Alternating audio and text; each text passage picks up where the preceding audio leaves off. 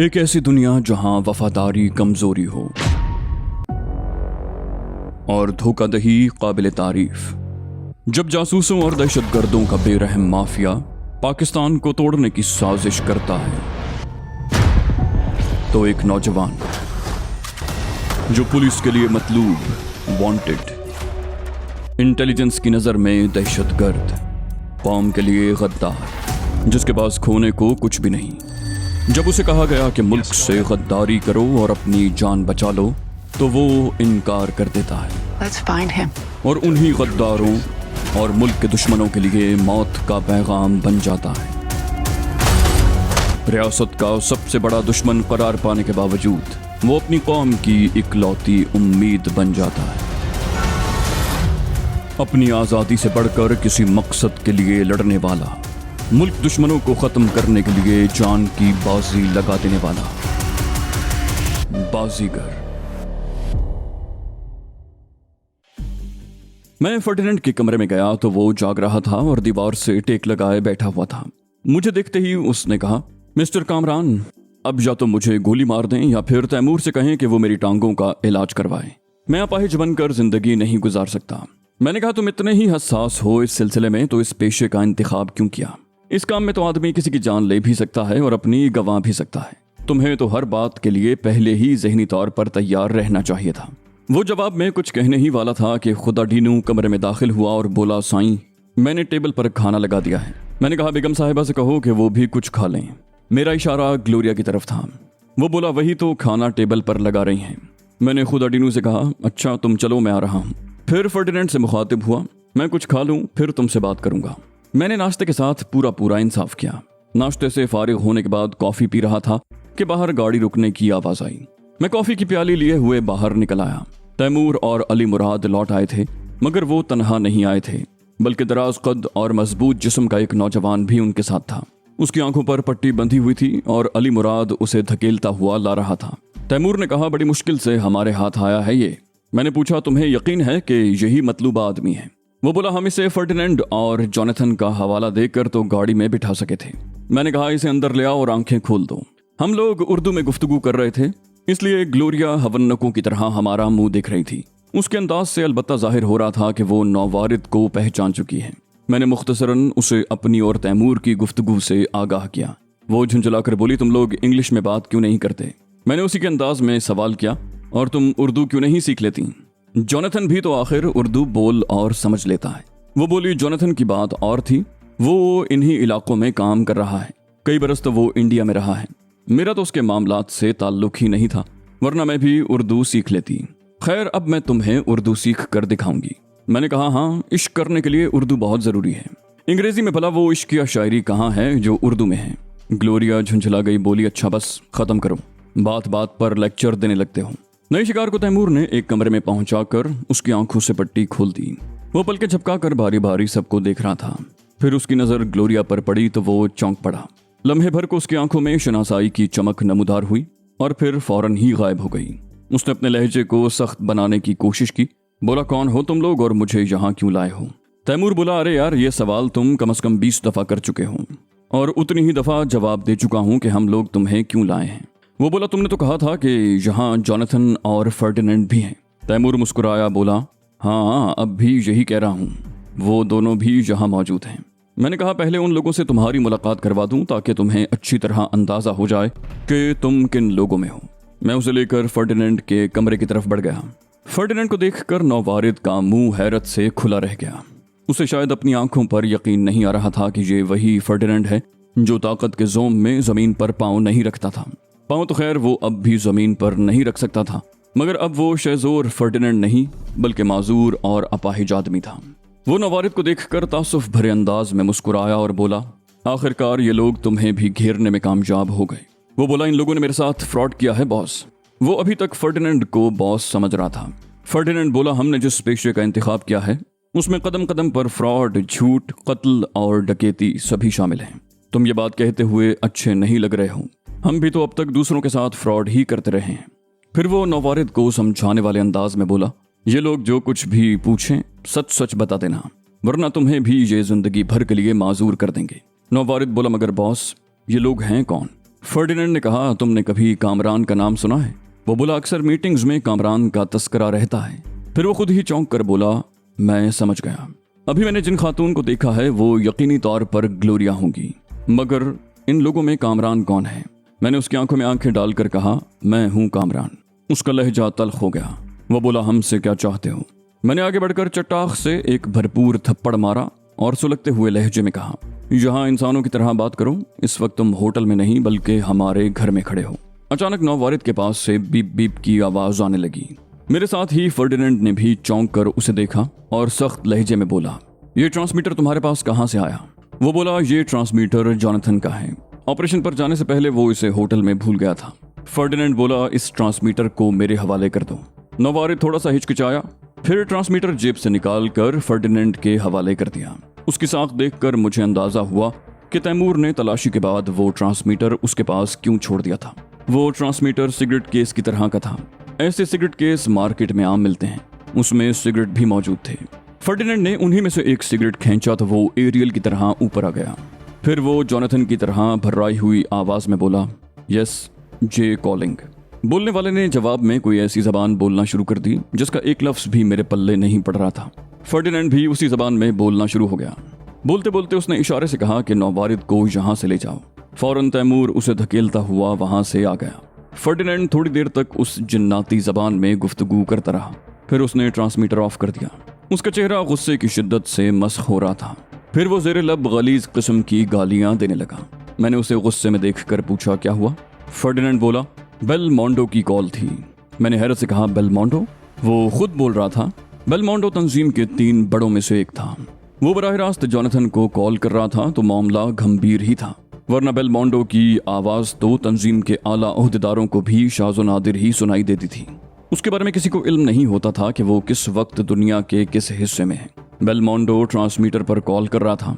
इसका मतलब था कि वो कराची में मौजूद है। मुझे अचानक शदीद खतरे का एहसास हुआ। मेरा मुल्क किसी बड़ी साजिश की जद में था। बेलमोंडो जैसे लोग बेमकसद किसी मुल्क का रुख नहीं करते। उनके जुलों में तबाही और बर्बादी चलती है। क्या अजब कि बेलमोंडो के साथ तंजीम के दूसरे लोग भी मौजूद हों, या उसने दुनिया के दूसरे हिस्सों से अपने चालाक और घाग एजेंटों को तलब कर लिया। मुझे अपनी कमाईगी का शदीद एहसास हो रहा था। कहाँ वो बैनुल-अक़वामी तंजीम और कहाँ मुझ सा बेसरो सामान, जिसे सर छुपाने को ढंग का ठिकाना भी नहीं था। फर्डिनेंड ने कहा, बेलमोंडो कराची में मौजूद है। उसने अपने तौर पर जॉनथन को हुक्म दिया है कि फर्डिनेंड को ठिकाने लगा दो, क्योंकि वो अपने मिशन में नाकाम रहा है। फिर वो खुद कलामी के अंदाज में बोला, मैंने इस तंजीम को जिंदगी के 16 कीमती साल दिए हैं। 16 बरस। बेशुमार मौक़ों पर अपनी जान की बाजी लगाई है। मौत की आंखों में आंखें डालकर इन लोगों के अहकामात पर अमल किया है। अब मुझसे थोड़ी सी चूक हो गई है तो इन लोगों ने मेरी मौत के परवाने पर साइन कर दिए हैं। मुझे किसी और के जरिए ये इत्तला मिलती तो मैं इस पर हरगिज यकीन न करता, मगर वो हरामजादा तो मुझे जॉनथन समझकर हुक्म दे रहा था कि फर्डिनेंड को खत्म कर दो। मैंने कहा, मगर तुम खुद ही तो कह रहे थे कि अब वो लोग तुम्हें जिंदा नहीं छोड़ेंगे। मैंने कहा, यह तो उस वक्त होता जब उन्हें मेरी माजूरी की इत्तला मिलती। उन्हें यह कब मालूम हुआ है कि मैं माजूर होकर यहाँ पड़ा हूँ। टीम के लीडर की हैसियत से मैं नाकाम रहा। उन्होंने जितने प्रोजेक्ट मेरे सुपुर्द किए थे उनमें से एक भी कामयाब नहीं हुआ। इस पर हरामजादों ने मुझसे वजाहत तलब किए बगैर मेरी मौत का हुक्म दे दिया। मैंने कहा, गुस्सा करके खामखा अपनी एनर्जी मत ज़ाया करो। मुझे उससे हमदर्दी महसूस हो रही थी। फिर कहा, तुम ऐसा करो कि अपने तौर पर बेलमोंडो से राब्ता कायम करो और उसे बताना कि तुम क्यों नाकाम रहे हो। उन लोगों को ये मत बताना कि तुम माजूर हो गए हो। मुमकिन है वो अपने अहकामात वापस ले लें। फर्डिनेंड बोला, तुम भी अहमकों की जन्नत में रहते हो कामरान। मैं इस तंजीम के बड़ों को एक तवील मुद्दत से जानता हूँ। वो मेरी कोई वजाहत सुनना पसंद नहीं करेंगे। मैंने कहा, फिर भी तुम एक दफ़ा उनसे कांटेक्ट तो करो। फर्डिनेंड बोला, तुम कहते हो तो कर लेता हूँ, मगर इसका कोई फ़ायदा नहीं होगा। उसी वक्त तैमूर कमरे में दाखिल हुआ। मैंने उसे कहा, तैमूर, तुमने फर्डिनेंड से वादा किया था कि उसका देसी इलाज करवाओगे। तुम आज ही से उसका इलाज शुरू करवा दो। तैमूर बोला, ठीक है, मैं अल्लन पहलवान को कल ही यहाँ ले आऊँगा। मैंने फर्डिनेंड से पूछा, बेलमोंडो ने ये तो बताया होगा कि वो कहाँ ठहरा हुआ है? फर्डिनेंड बोला, नहीं, सिवाय 2 एक खास आदमियों के किसी को भी ये इल्म नहीं होगा कि बेलमोंडो इस वक्त कहाँ है। मैंने कहा, तो फिर तुम उससे राब्ता कैसे करोगे? उसने कहा, वो ट्रांसमीटर पर खुद ही राब्ता करेगा। मुमकिन है उसने मुझसे बात करने की कोशिश भी की हो, मगर मेरा ट्रांसमीटर तो तुम्हारे कब्जे में है। मुझे याद आया कि तलाशी के दौरान में फर्डिनेंड की जेब से भी इसी किस्म का एक सिगरेट केस बरामद हुआ था, जो अब शायद तैमूर के पास था। तैमूर ने भी उसे बेकार जानकर इधर उधर कहीं फेंक दिया होगा। फिर मैं चौंक कर बोला, इन ट्रांसमीटर्स में कोई ऐसा सिस्टम तो नहीं है जिसके जरिए बेलमोंडो हम तक पहुंच जाए?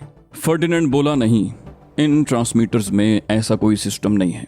मैंने उठते हुए कहा, खैर देखा जाएगा, मैं जरा अपने नए कैदी की खबर ले लूं। ये कहकर मैं कमरे से बाहर निकल आया। मैं अपने कमरे में पहुंचा तो ग्लोरिया मेरे बिस्तर पर नीम दराज कोई मैगजीन देख रही थी।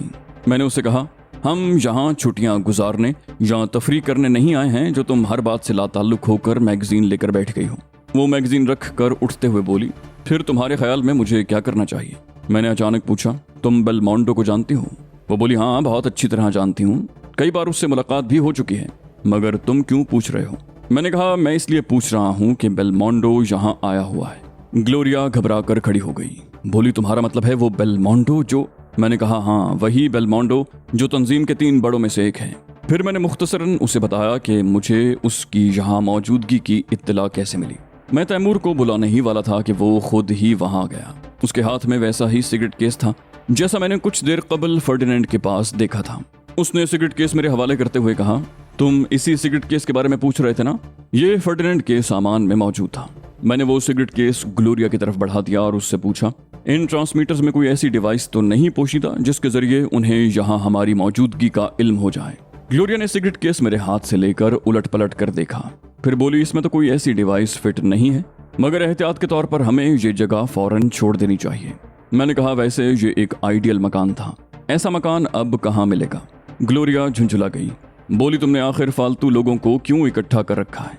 मैं फिर एक दफा तुमसे कह रही हूँ कि इन सब को ठिकाने लगा दो, वरना बाद में यही लोग हमारे सबसे बड़े दुश्मन होंगे।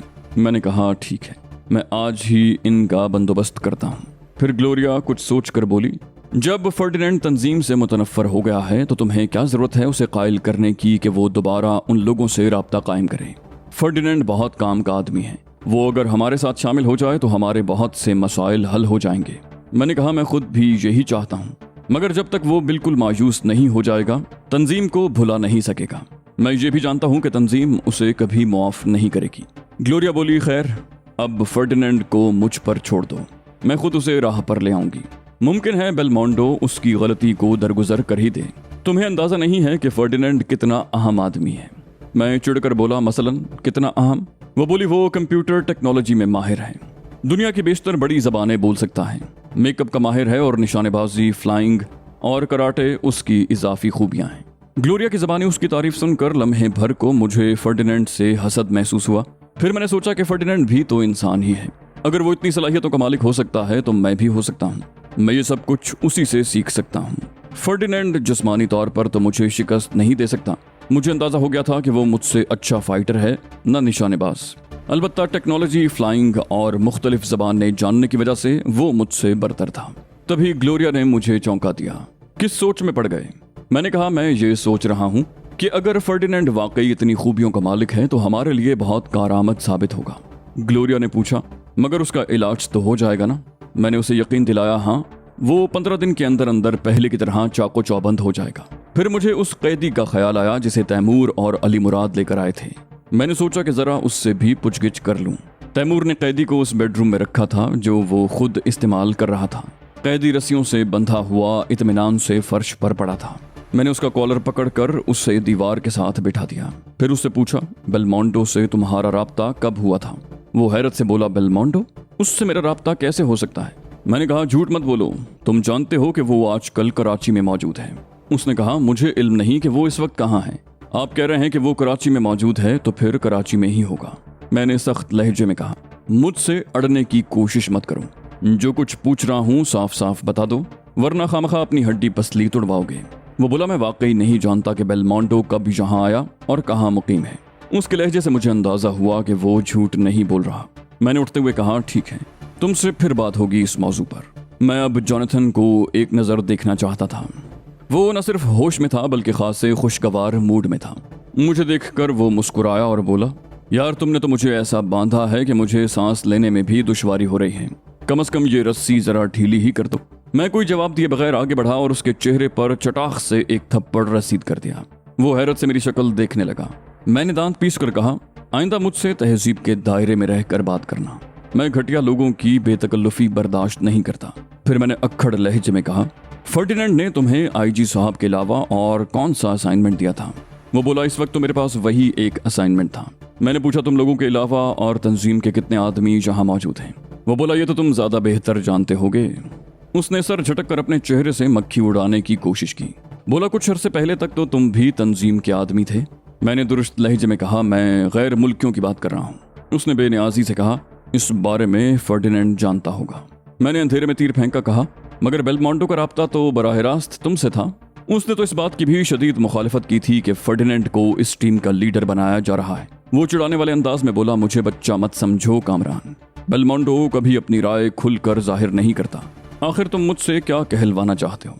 मैंने कहा, मैं तुमसे सिर्फ सच सुनना चाहता हूँ। ये बात तो जरूर तुम्हारे इल्म में होगी कि तंजीम मेरी दुश्मन क्यों हो गई है। वो बोला, इसका सबब तुम्हारा मकामी चीफ है। मैं नहीं जानता कि उसने तुम्हारी मुखालिफत क्यों की। बहरहाल तुम्हारे मुकाबले में तंजीम के लिए वो अहम आदमी था, इसलिए बॉस ने उसे इख्तियार दे दिया कि कामरान अगर हमारे काम का नहीं रहा तो उसे तंजीम से निकाल दो या कत्ल कर दो। फिर वो हंसकर बोला, इस मसले पर सर खपाने की बजाय तुम बराह रास्त मकामी चीफ से क्यों नहीं पूछ लेते? मैंने कहा, मकामी चीफ न जाने कौन से बिल में छुपा हुआ है। जिस दिन भी वो मेरे हत्थे चढ़ा उसी दिन अगला पिछला सब हिसाब बेबाक कर दूंगा। फिर मैंने कुछ सोचकर कहा, अब मकामी चीफ अपने बिल से जरूर बाहर आएगा क्योंकि बेलमोंडो यहाँ आया हुआ है। उसने हैरत से कहा, बेलमोंडो? वो आजकल यहाँ है? मैंने कहा, हाँ, वो आजकल यहीं है, मगर अब मुझसे बचकर वापस नहीं जा सकेगा। जॉनथन बेसाख्ता मुस्कुरा दिया। उसने मुझे यूं देखा जैसे मैंने कोई अनोखी बात कह दी हो। मैं झल्ला गया। मैंने कहा, इसमें दांत निकालने की क्या बात है? वो बोला, अगर कोई बच्चा ये दावा करे कि मैं बॉक्सर मोहम्मद अली को नॉकआउट कर दूं तो इस पर हंसी नहीं आएगी तो क्या रोना आएगा? वो फिर हंसने लगा। मैंने कहा, तुम्हारी ये हंसी उस वक्त धरी रह जाएगी जब बेलमोंडो रस्सियों में जकड़ा हुआ यहाँ पड़ा होगा। मगर मुझे अफसोस तो इस बात का है कि तुम वो मंजर देखने के लिए जिंदा नहीं होगे। ग्लोरिया अब मजीद तुम्हें जिंदा नहीं देखना चाहती। वो बोला, ग्लोरिया क्या चाहती है इसका इल्म तुम्हें भी नहीं है। वो तुम्हें भी डबल क्रॉस कर रही है, अपना मतलब निकालने के लिए तुम्हें इस्तेमाल कर रही है। दरपरता वो तंजीम के साथ है, मगर जाहिर ये करती है कि तंजीम उसकी दुश्मन है। मेरी मानो तो पहली फुर्सत में उसे ठिकाने लगा दो। ये मत समझना कि मैं अपनी जान बचाने के लिए ये कह रहा हूँ। मुझे अपनी जिंदगी की कोई उम्मीद नहीं है।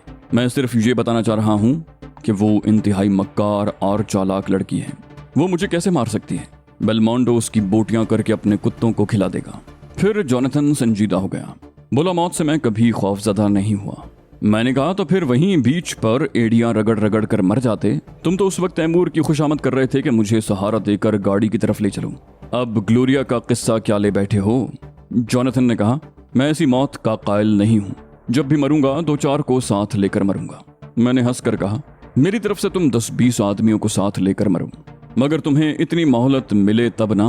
मुझे याद आया कि उसने मुझे सिगरेट से जलाया था, मेरी गर्दन पर चाकू से चिरका लगाकर उस पर नमक छिड़का था। वो सब याद करके मुझे एकदम गुस्सा आ गया।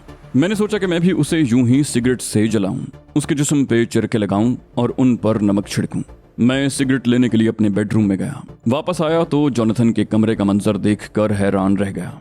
ग्लोरिया कहीं से बिजली का मोटा सा तार उठा लाई थी और अब उसे सिरों से छील कर जॉनथन के पैरों पर बांध रही थी।